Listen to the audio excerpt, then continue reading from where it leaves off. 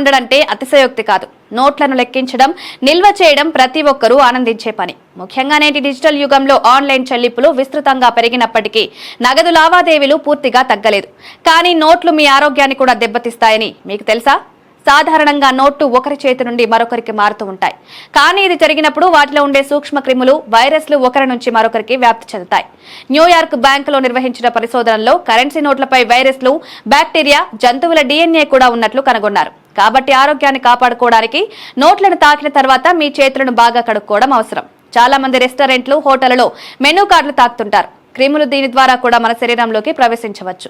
Arizona విశ్వవిద్యాలయం నిర్వహించిన పరిశోధన ప్రకారం రెస్టారెంట్ మెనూ కార్డులో దాదాపు 1,85,000 రకాల బ్యాక్టీరియాలుంటాయి. వీటిని ముట్టుకున్న తర్వాత చేతులు కడుక్కోకపోతే ఆహారం తినే సమయంలో అవి శరీరంలోకి చేరే ప్రమాదం ఉంది.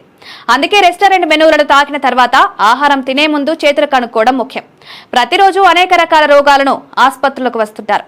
ప్రజలు ఆసుపత్రుల్లోని వస్తువులను తాకడం వల్ల అనేక వైరస్లు, క్రిములు ఉంటాయి. అందువల్ల ఆసుపత్రి బెంచీలు, డోర్ హ్యాండిల్స్, ఎక్స్రే యంత్రాలు, బయోమెట్రిక్ ప్యాడ్లు మొదలైన వస్తువులను తాకిన వెంటనే మీ చేతులను కడుక్కోవడం బెటర్. ప్రతిరోజు వేలాది మంది ప్రయాణికులు ప్రజా రవాణా వాహనాల్లో ప్రయాణిస్తుంటారు. బస్సులు, రైళ్లు, మెట్రోలలో చాలా మంది హ్యాండిల్స్, సీట్లు, డోర్ నాబులను తాకుతారు. దాన్ని తాకినప్పుడు క్రిములు వ్యాప్తి చెందుతాయి.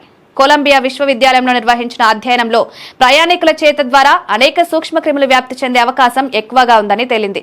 అందువల్ల బస్ హ్యాండిల్స్, మెట్రో గేట్లను తాకిన వెంటనే చేతులను కడుక్కోవడం, శానిటైజ్ వాడడం ముఖ్యం.